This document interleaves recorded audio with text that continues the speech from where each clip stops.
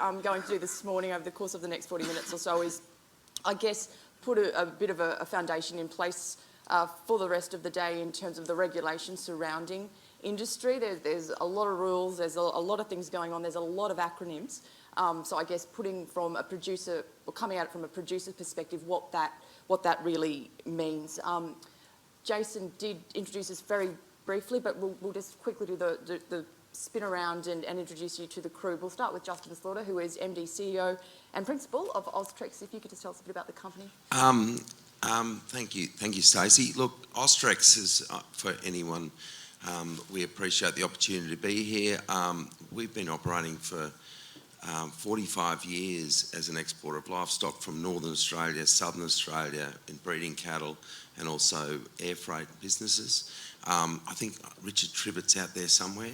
We recently celebrated 50 years of Richard being with the AUSTREX as one of the founders. He worked before it even got established for a while, so the business has been going for quite a while. Libbi, if you just want to tell us a little bit about what your day-to-day role entails. Oh, my day-to-day role. Is this on? It can vary, but in a nutshell, it's basically overseeing the logistics from getting them from farm onto the boat and then off the vessel. Within that is a myriad of issues that can happen on a day-to-day. There's always some sort of problem to solve, but it is complex, and we're not always doing one shipment at a time. We're always doing several across the top of Australia. So I just put fires out basically on a daily basis and making sure people are where they are and cattle are doing what they should be doing. So that's what I do. Thank you, Libbi. Jake Morse, Director at AUSTREX. How about yourself? So I'm the General Manager of our Northern operations, so supplying feeder and slaughter cattle into Southeast Asia.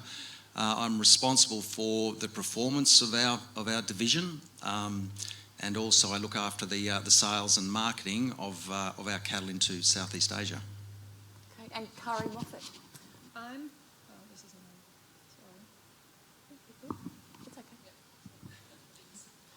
I'm fairly new to the AUSTREX team, but I was a stockman for 2 years, and when I finished my ag degree, then started in the ESCAS space. So only been with AUSTREX for the last month, but been doing ESCAS for 3 years. So. And thrown right in today. Yeah. After a month with AUSTREX. We'll get back to Kari to talk about ESCAS a little bit later, but Justin, if we can start with you and just really, if you could give us a Regulation 101, what are the different frameworks in place and what does each of them do? Look, live export has a significant amount of regulation in place currently. If we start from, we've obviously got, in every different state, we've got the state codes for animal welfare, and the Commonwealth codes as well. But leading in more specifically for livestock, we've got Australian standards for export livestock that have recently had a review, and they cover from farm gate through to discharge in market. And then with the challenges in 2011, we had the Exporter Supply Chain Assurance Scheme, which is ESCAS, people refer to, which requires that an exporter should trace every animal from discharge through to slaughter in destination for feeder and slaughter animals. Additionally, there's Australian Maritime Safety Authority regulations for codes of conduct for vessels to be approved exporting livestock, and then there's extra regulation MPO3 that detail how the carriage of those livestock is conducted. Additionally, for every consignment we do, we not only have to comply with ASEL, we have to comply with the health protocol of the importing country.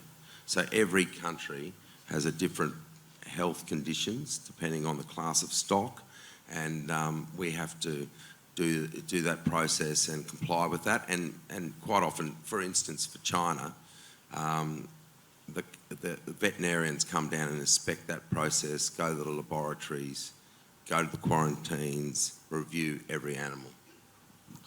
Just to touch briefly on 2011 again and the temporary suspension, you mentioned that's when, obviously, when ESCAS came into play. How dramatic was that shift for industry at the time? I think, look, I can say from a personal point of view that was a very harrowing experience. We felt very deeply that we'd sort of let people down and hadn't done what we were supposed to do, but it was unprecedented that you trace some animal that you don't own through a supply chain with a partner in another country. And look, we used to go up there and we'd meet with the importers, and some of the facilities with regard to feedlots were the best. It's incredibly impressive operations up there, there's no doubt about that. But some of those challenges were immense, and I think the ESCAS introduction, although it was done the way it was, it's been a great leap forward for the industry. Jake, if we can go to you here, and Justin's touched on the fact that there was this level of responsibility that came into play for you, in market overseas.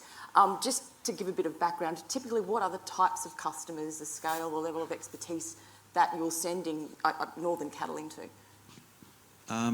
Yeah, okay. So look, most people here would know that the majority of cattle out of Northern Australia and particularly out of Townsville and Port Alma go to Indonesia and Vietnam. And so I suppose the customers that we deal with in those two countries, there's a similar profile of companies involved, ranging from smaller privately family-owned operations up to big public companies. So operations range from 3,000 head capacity feedlots up to 30,000 head feedlots, all with different levels of standards. There's been some massive investment in feedlot infrastructure in Indonesia and in Vietnam, and I think it's safe to say that facilities in both those countries are world class for cattle comfort.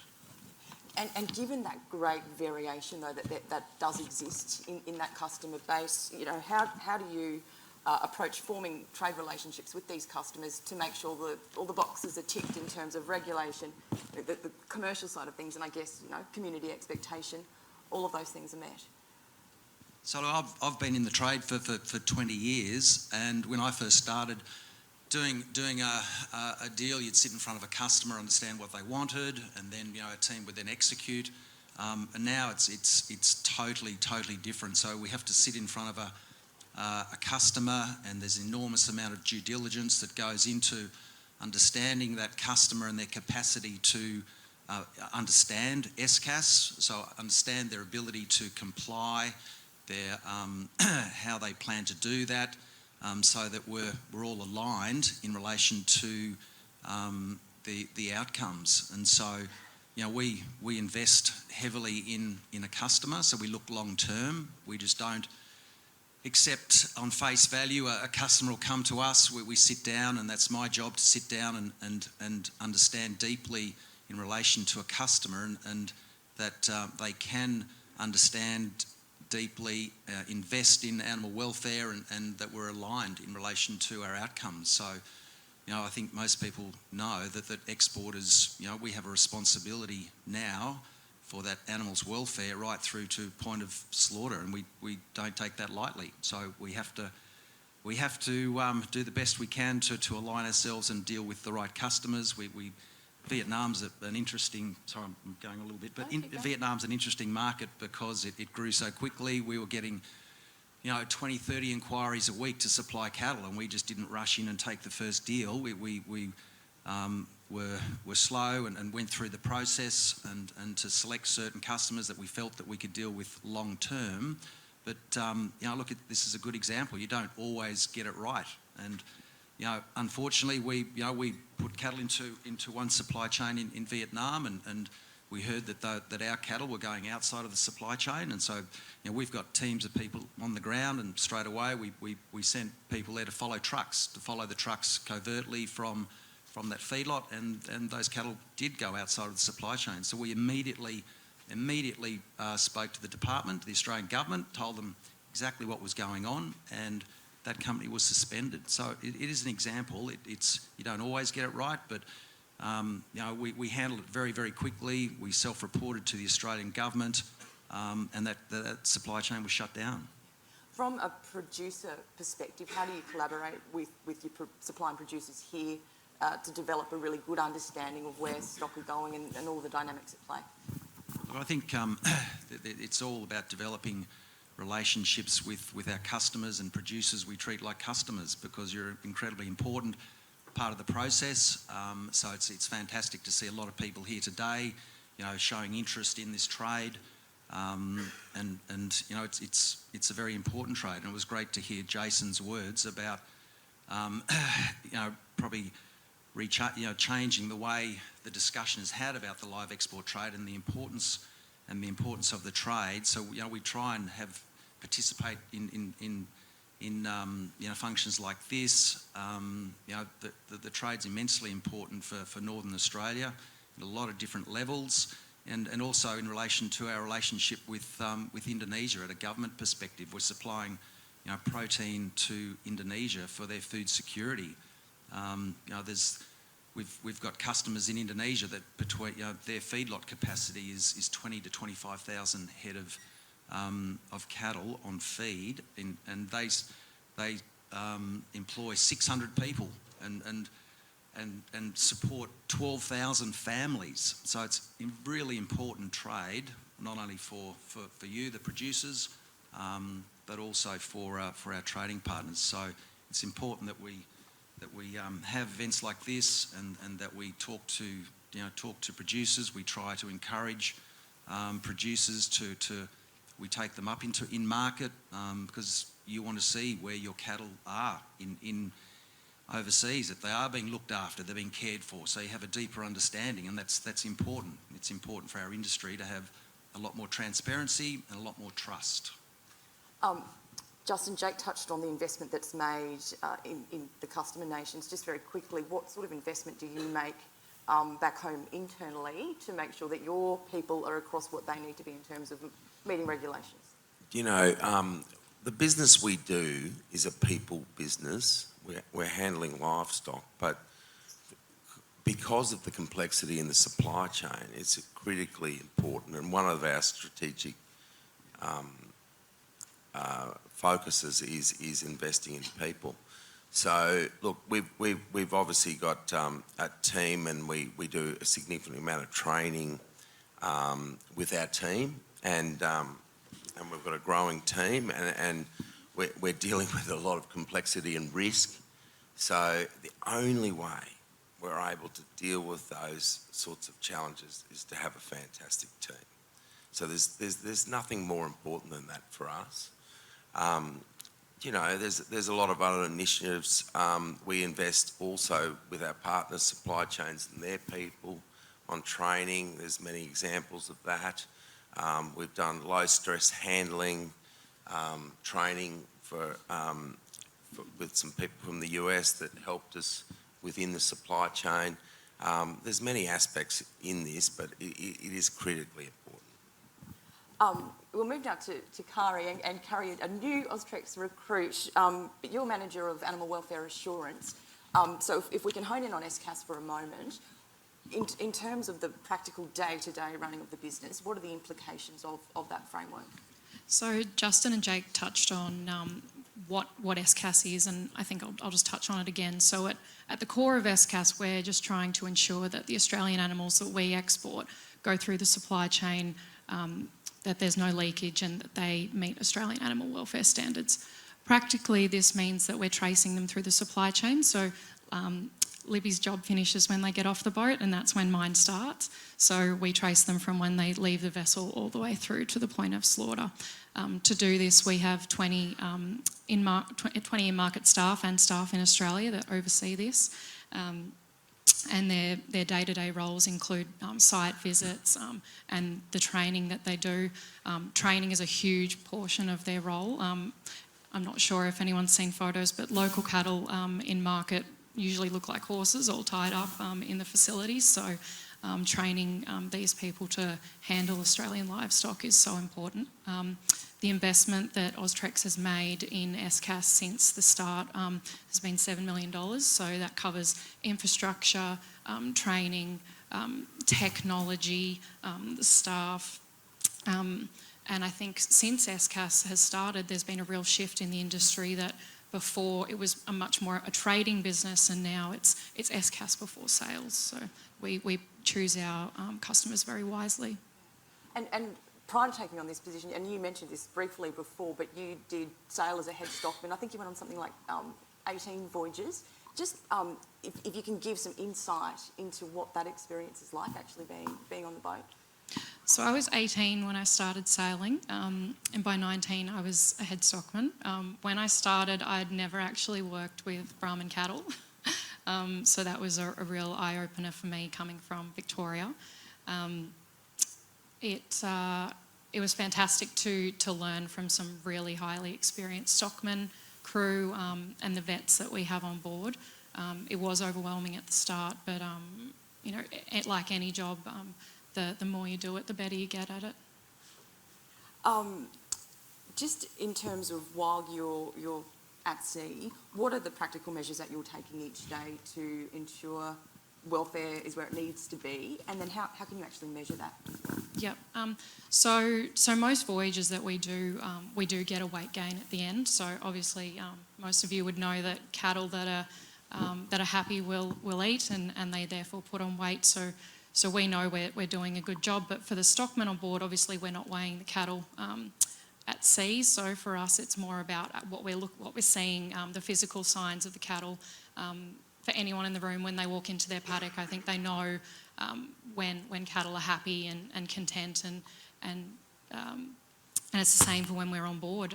We can walk in on the deck in the afternoon and you just know when things are right, and I guess it's a sense, and that's something that just comes from experience. Thank you. And Libbi, if we can go to you now, and we're kind of stepping backwards a little bit here, but the work that you do is highly applicable to producers themselves. So, I mean, in terms of shipment preparation, what's involved in that from a regulatory perspective? We have a mountain of regulation that we have to follow, both state, federal and international. How we do this and how we display that we're managing this is tied up in what's called an approved arrangement with the federal government, being the Department of Agriculture. And that approved arrangement basically is like an operations and governance manual in the way how we demonstrate to the federal government that we're covering Australian standards of exporting livestock, how we're covering state and federal welfare, how we're covering transport rules, how we're covering the importing country requirements. It's a very big, comprehensive document, and we are audited regularly on that by our regulator. And this approved arrangement forms the basis on how we operate on the ground. So it'll have the date, not exactly the day-to-day, but it'll say this is how we cover this, and this is how we're going to approach this, and this is how we communicate this. So that document basically forms the basis of how we cover everything, and that we've made sure that those cattle are on the boat as required by following everything. Yeah. And did things go wrong? I think you've got an example that you can give us in terms of some stock that came in from the wet season in Darwin. Yeah, things go wrong. When you're exporting a large volume of animals, things are going to happen that are out of your control.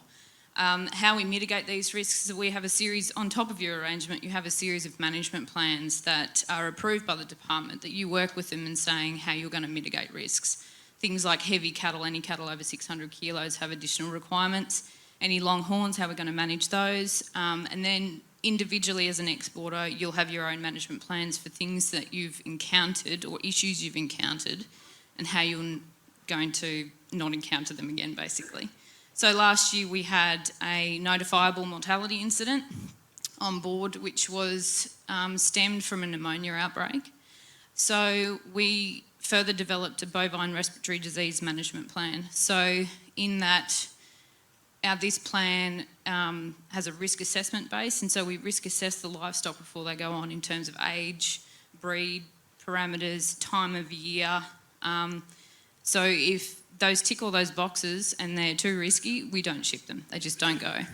But that plan also outlines how we prepare the cattle as well. So there's more preparation with those types of cattle, anything that's higher risk.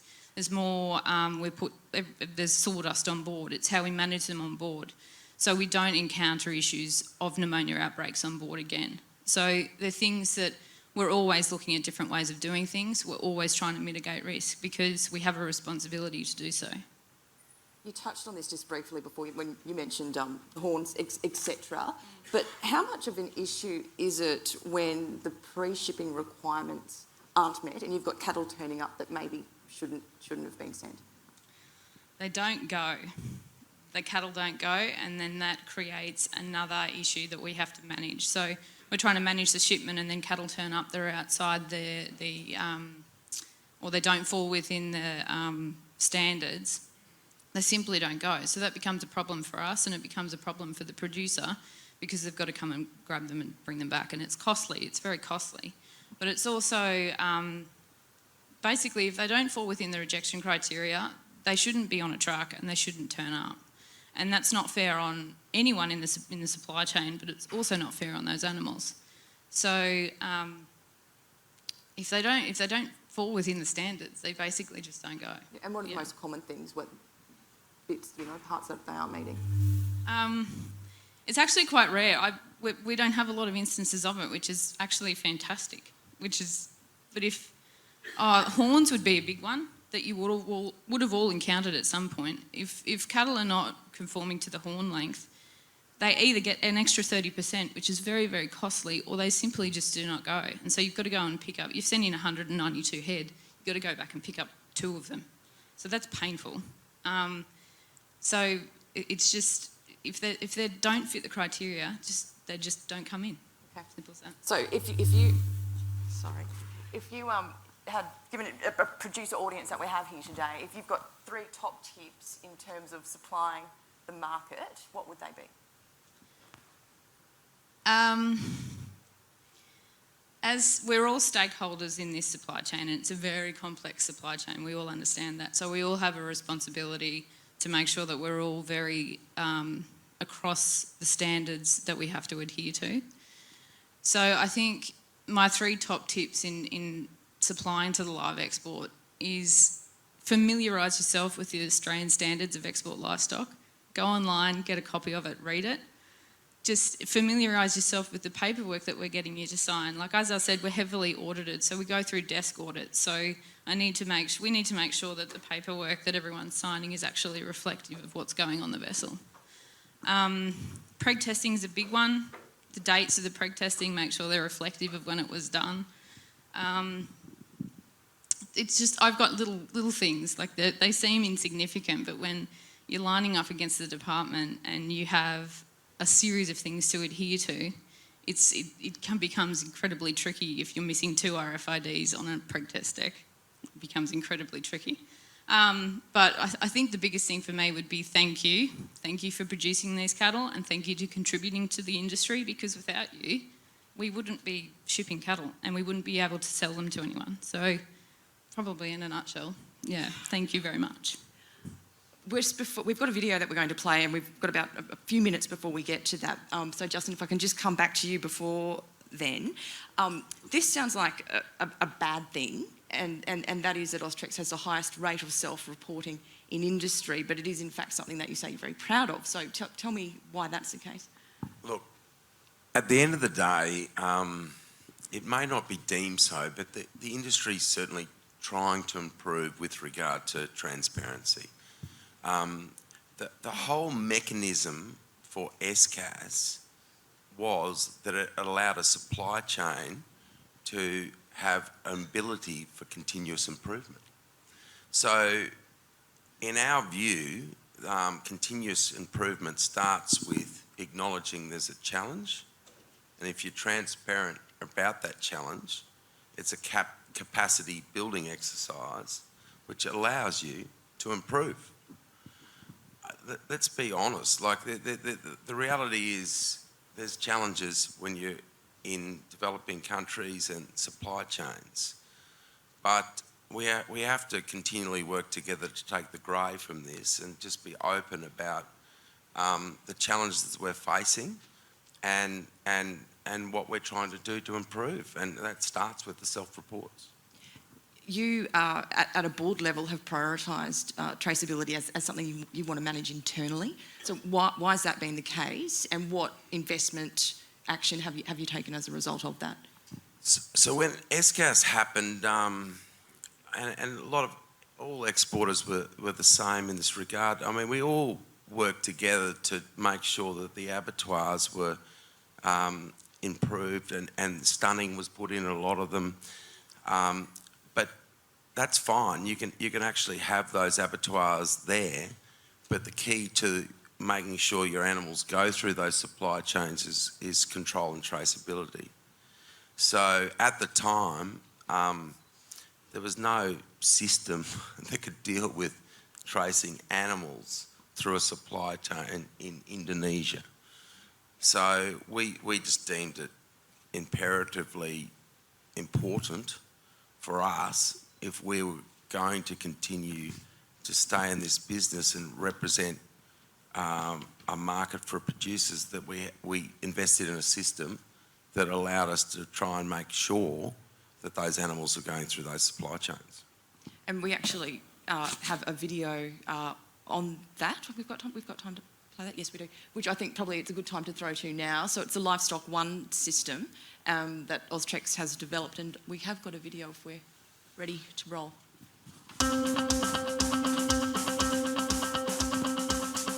In the globally connected business of food production and distribution, traceability has never been more complex or more important. With international movement of Australian livestock, the importance and complexity of traceability is greatly extended to secure vital export market access and provide regulatory assurance of animal welfare. The need is for 100% visibility into livestock movement, management and welfare, from the farm of birth to destination for each individual animal. That need is now met in a single integrated online traceability system. Introducing Livestock One from AUSTREX, part of our continuing investment in growing Australian livestock communities. For more than 45 years, AUSTREX has sourced quality Australian livestock for delivery around the globe. We deliver quality cattle and genetics to customers in over 25 international markets, including Indonesia, China, Japan, Vietnam, Russia, and the Middle East. As one of the world's premier livestock export businesses, we deliver quality breeder and feeder cattle, genetics, and other livestock by ship, air, rail, and road.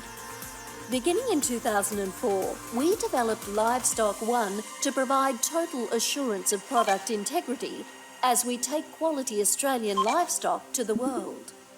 Starting at the property of birth, with full validation of world-leading Australian animal welfare standards and extended supervision in our export markets, and continuing right through to the consumer.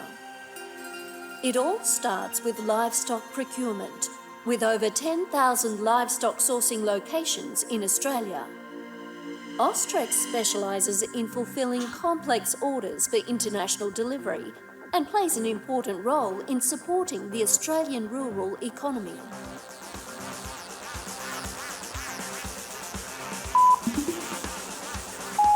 Prior to shipment, all costs and individual animal medical treatments that occur on backgrounding properties are recorded. During quarantine, the eligibility status of each animal is accurately referenced against the health protocol of the destination. Livestock One also records all veterinary reports for each animal. The Voyage module includes features to record animal treatments and voyage status information, including duration of the journey and weight performance. Typically, animals are tracked on foreign soil for over 100 days after arrival. Supported by AUSTREX's in-country operational team, this complicated task of ongoing supervision is vital to Australia's welfare standards for export livestock. Livestock One captures relevant breeding information for integration with breeding management programs in the destination country. End-of-life data for each individual animal includes time, date and location with embedded images, GPS and a tamper-proof QR code for guaranteed accuracy and integrity. Livestock One can operate in locations with no internet coverage and perform multiple offline concurrent field events with a local application with data synchronised when coverage is available. Global operations give AUSTREX greater control over the supply chain. Livestock One provides the platform to ensure superior quality livestock are delivered to customers ethically with industry-leading transparency and traceability. And it's been designed flexibly for integration with future whole-of-industry traceability systems. Livestock One from AUSTREX, total livestock supply chain visibility.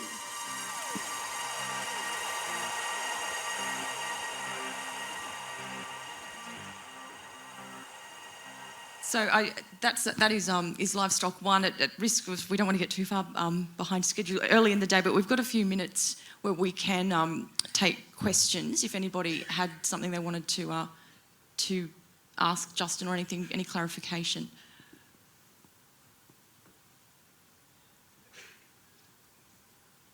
No? Oh, here we go. Yeah. There's one coming, James.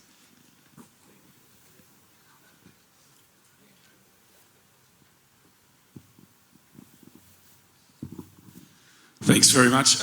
James Nason from Beef Central. Thanks very much. It's been a fantastic insight into the kind of investment that exporters are making into ESCAS and in these markets. I suppose one question I had is, given, I guess, how ESCAS affects our international competitiveness, a lot of talk that Brazil is about to get access to Vietnam for live cattle. Obviously, Brazil doesn't have the same regulations and costs that we have. Just interested from an exporter's perspective, what does that mean for how we, I guess, maintain market access in a market like Brazil, like Vietnam? I mean, can Australian cattle compete against Brazilian cattle in a market like that, given our extra costs? Whoever wants to take that question. I can take it. Look,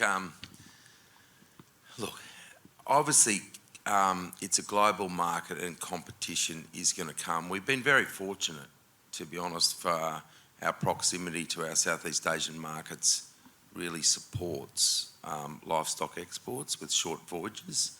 Yeah, that's correct. Brazil will, at some stage soon, have access. I think what we have to continue to do is, it certainly does add a cost to the supply chain, and there are some operatives that may take advantage of that. But I think the longer term, the great advantage we've got, when you're operating a feedlot, for Brazil to be efficient, they have to take a vessel of maybe 15,000, 20,000 head. To take a vessel of 15,000, 20,000 head, if you have a feedlot, you have to empty that feedlot. That's actually not efficient, and it costs you a lot of money when you do that. It's better to have regular deliveries of smaller numbers of animals. So I think if we can focus on working with our partners to demonstrate the benefits of what we're doing, I think in the majority, the partners understand that it's important what we're trying to do. I think Minister McKenzie was recently up there and signed an MOU with the Vietnam government on improving welfare and potentially building a traceability system, which is a great opportunity for Australia to further engage with that market. So I think we've just got to be confident in what we do. Also, there's no substitute for Australian cattle. They're going to be much better. Any other questions before we wrap up? No. Justin, did you have any closing sort of comments or things you'd like to say before we wrap? Look, just thank you to MLA and thank you to everyone. I mean, it's wonderful to be here in Townsville, and thank you to all the producers for your support to this industry. I know we've had some challenging times, but we're all deeply committed to trying to improve and get better at what we do. And if there's anything you want to talk about afterwards, we'd love the opportunity to chat more. So thank you. So Libbi Thompson, Justin Slaughter, Kari Moffat and Jake Morse.